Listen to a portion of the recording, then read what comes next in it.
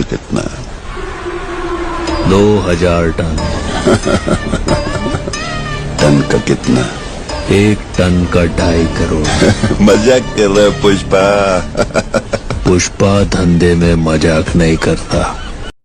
नमस्कार शेतकरी बांधवांनो, स्वागत आहे आपलं आपल्या YouTube चॅनलवरती। आणि आजच्या व्हिडिओमध्ये आपण बघणार आहोत पेरू लागवडीबद्दल संपूर्ण माहिती एकाच व्हिडिओमध्ये। तर पेरू पिकाच्या लागवडीसाठी जमिनीची निवड खूप महत्त्वाची आहे। जमीन काळी भुसभुशीत असावी, खडकाळ जमीन शक्यतोवर टाळावी। त्यानंतर जमिनीची निवड झाल्यावर जवळपास मे ते जून महिन्यादरम्यान या पेरूची लागवड करणे योग्य ठरते। ही लागवड करताना 6 बाय 6 किंवा 5 बाय 4 मीटर या अंतरावर आपण पेरूची लागवड करू शकतो। 6 बाय 6 मीटर अंतरावर लागवड केल्यास 112, तर 5 बाय 4 मीटर अंतरावर लागवड केल्यास 200 रोपे एका एकरमध्ये आपण लागवड करू शकतो।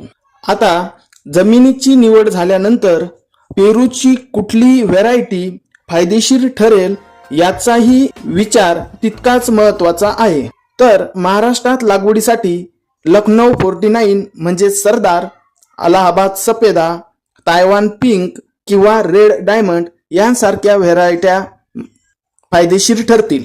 रोपांची किंवा व्हरायटीची निवड झाल्यानंतर 6x6 किंवा 5x4 मीटर अंतरावर या रोपांची लागवड करावी। लागवडीनंतर पाण्याची व्यवस्था म्हणून आपण ठिबक सिंचन हा पर्याय निवडू शकतो।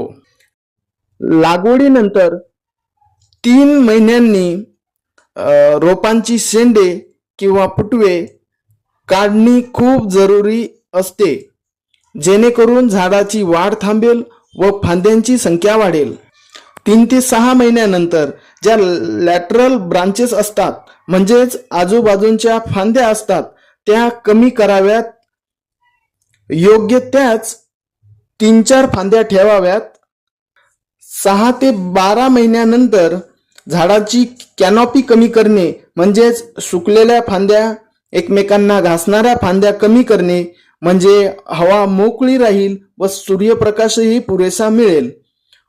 1 वर्षापर्यंत झाडांना फ्लोरा किंवा फोम बसायला सुरुवात होईल। एकदा का फ्लोरा आणि फोमची सेटिंग बसली की त्यानंतर या फ्लोऱ्यावरती आपल्याला मधमाशांचा वावर दिसायला सुरुवात होईल। या मधमाशा निश्चितच पॉलिनेशनसाठी अतिशय महत्त्वाचा रोल निभावतात। या पॉलिनेशन नंतर 2 ते 3 महिन्यांनी आपल्याला झाडांवरती लिंबू साईजचे छोटे छोटे पेरू लागलेले दिसतील आणि हे फळे बघून निश्चितच आपल्याला तो आनंद शब्दात सांगता येणार नाही। काही दिवसांनी हे फळे मोठे व्हायला सुरुवात होईल आणि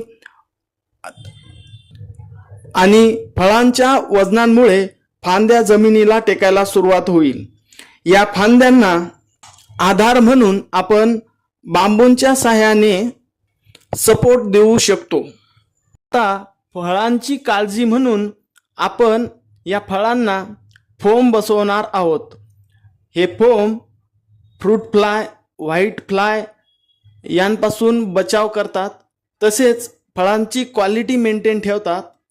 फळे एकमेकांना घासल्यामुळे फळांची मार्केट व्हॅल्यू कमी होऊ नये यासाठी या फोमचा वापर केला जातो।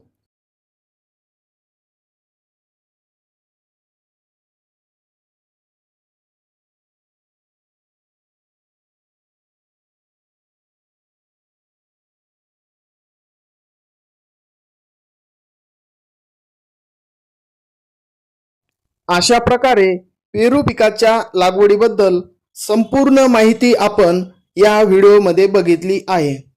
व्हिडिओ आवडल्यास चॅनलला नक्की सबस्क्राइब करा, व्हिडिओला लाईक करा आणि भेटूया पुढच्या नवीन व्हिडिओमध्ये। पडू दे ठिणगी लागू दे बनवा आई चरून फेड तू